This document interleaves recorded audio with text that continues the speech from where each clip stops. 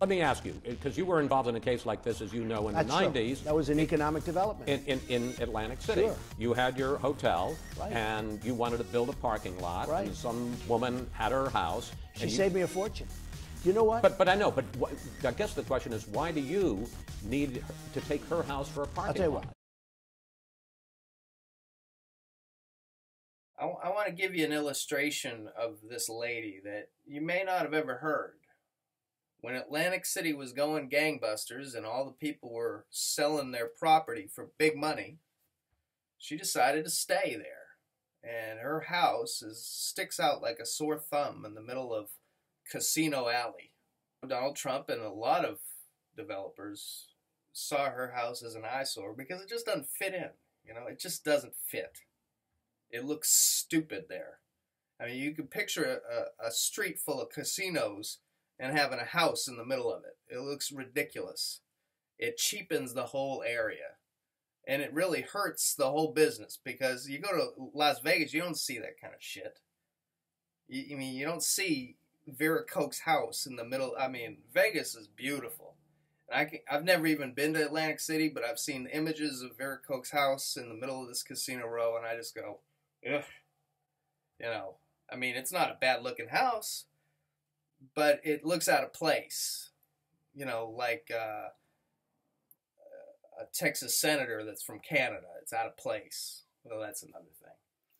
But anyway, this house was out of place, and it was always out of place. And Donald Trump, being the closest casino to her, but it really affected all of Atlantic City. But Donald Trump, being the closest casino of her, and basically offered her $5 million for her $700,000 house. I want you to think about that for a second. I'll give you $5 million for your $700,000 house. You go and have a nice life in Palm Beach or wherever you want to go. When this woman said, no, I'm not going to sell my house, which is her right, I believe it's the right of the people that live in that area to say, you know, Vera, for the good of the city, you got to move. You got to go. Donald Trump never bought her house. Never bought her house. Never got it. Never destroyed it. Well, he never got it. And so he pulled back. And 10 years later, she ended up selling her house for $700,000 instead of the $5 million she could have gotten. So I have a question. Sure. So how many jobs were not created because she didn't sell her house? Well, look at it. I would say this, that because Atlantic City was not aggressive at this moment in time, when people were willing to invest big money in Atlantic City, and because it didn't grow like Vegas has grown, now all of a sudden Atlantic City, which was, at one time, it was as big as Vegas. You go to Atlantic City now, and it's a tiny little proposition. And now you've got all these competing casinos in the area. People in Massachusetts, for example, don't go to Atlantic City anymore. They go to, what is that place in Connecticut? And there's casinos being built in Massachusetts now.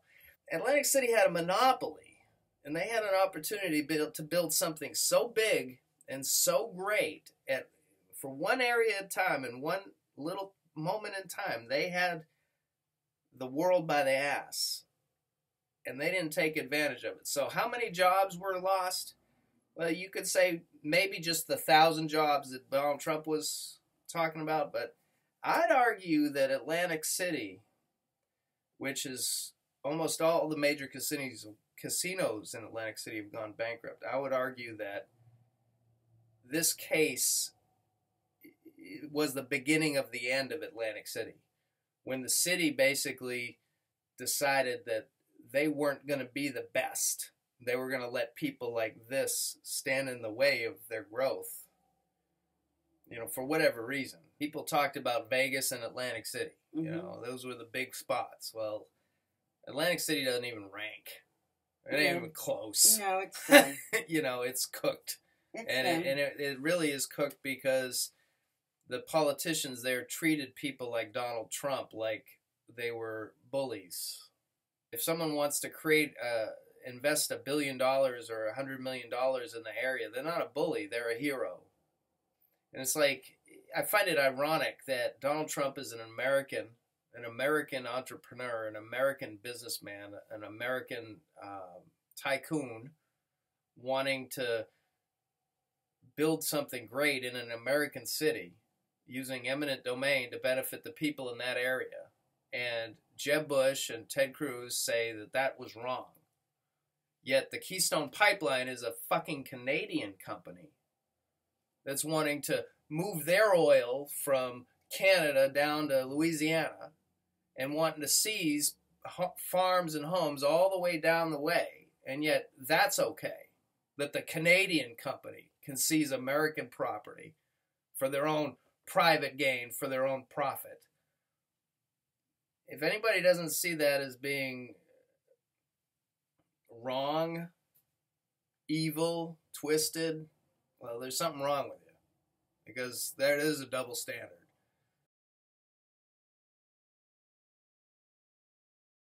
The concept of eminent domain is a good one.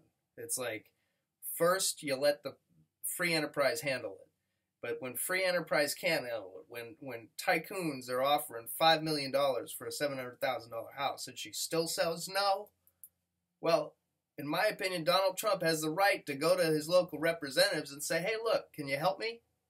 Can you help me? Because here's what's in it for the people of Atlantic City. If the people of Atlantic City gives me this house, I will pay her 3 times what her house is worth, which will be about $2 million. I've already offered her 5, but we're done with that. I'll pay her $2 million for a $700,000 house. I'll help move her for free.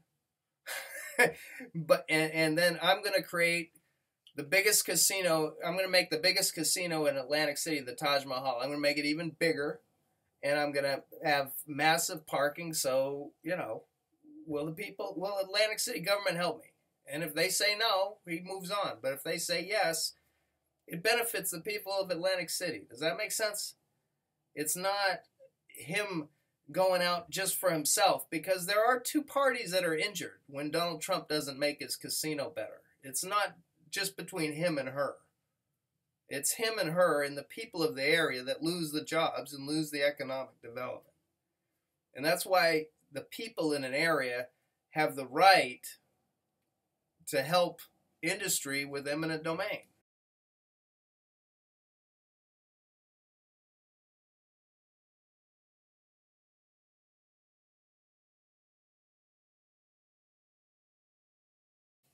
So explain to me how it works when, you know, it seems like the Bush family has a double standard about eminent domain. Oh my gosh. And I don't understand what exactly. Can you explain to me about Jeb and his family and what they did with eminent domain? Yeah, well, you know, throughout the 80s and 90s and 2000s, sports teams have gotten bigger and their complexes have gotten bigger, and in order to be profitable, they've had to build new stadiums and that kind of thing. Owned by W. Bush. And the Texas Rangers were owned by W. Bush. And they had to use eminent domain. There was this huge, horrible area of all these rotten houses, crime-infested, filthy area. And they went through and they seized all the houses, and they moved all the poor people out, and they bulldozed the whole thing, and they made a giant stadium. That's how you make a stadium. What bullies? I know. What bullies? Well, but you look at the poor people. You look at the area right now. You go to Arlington, Texas. It is beautiful. It's beautiful. You got the Six Flags Park with the giant roller coasters, and you got the Texas Stadium. You can go watch a baseball game. You got Cowboy Stadium. You can go watch the Cowboys play, and it's got the beautiful retractable roof. It's probably the best football stadium in the world. If you ever get a chance to look at it on the internet, go check it out. It's incredible. But none of that would be possible without an eminent domain. And yeah, you know, Trump's little thing was small scale compared to that, but it's the same principle. The principle is this, that when a developer wants to create something in an area and he can't get it done using just writing checks, because there are people that just want to be stubborn. I mean, in my opinion, if someone offered me $5 million for a $700,000 house, I'd take it. I would. I mean, I'd take it in a second. Wouldn't you? And she probably could have gotten $6 million. Because Donald negotiates. She wouldn't throw out a number. Period. I'm just saying, I mean, this guy really wants it. He didn't want to go to the government. He didn't want to deal with it for 3 years. He wanted to take care of it. But, there wasn't a price. And so he could have just said, I just won't do anything about it, even though all the other, like I said, it wasn't just him. He may have been the only one with the balls to say it. You know what it takes to sell real estate? It takes brass balls to sell real estate. But it was all of Atlantic City that wanted Vera Koch's house gone. Because it was an eyesore. It didn't belong there. I mean, I don't know if you can imagine a shopping mall. A massive shopping mall, like the Mall of America. And imagine a house in the middle of it. The Vera Koch's house in the middle of the Mall of America. Everybody walking past it, on the way to the roller coaster.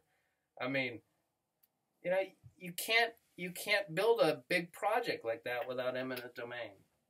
And you can't even build a small one, really. I mean, in the grand scope of things, Trump's Taj Mahal is small compared to a football stadium or a baseball stadium. So the bottom line is, progress. If you want progress, if you want a country, eminent domain is what you need. And I know the libertarians like to say, well, government should have no right of seizure.